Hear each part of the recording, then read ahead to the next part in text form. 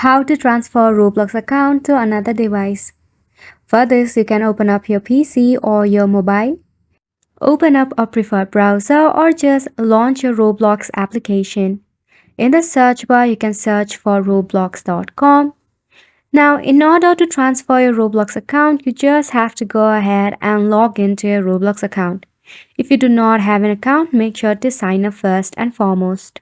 To log into your Roblox account, you should know your username and your password of it.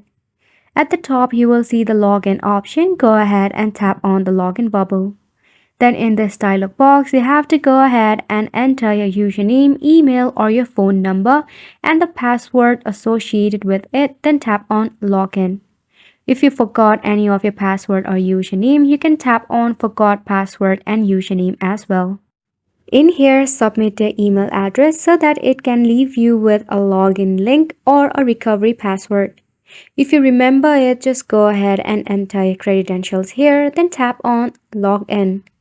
If you have dual account that is linked to the particular email address, select the account that you want to log in right now.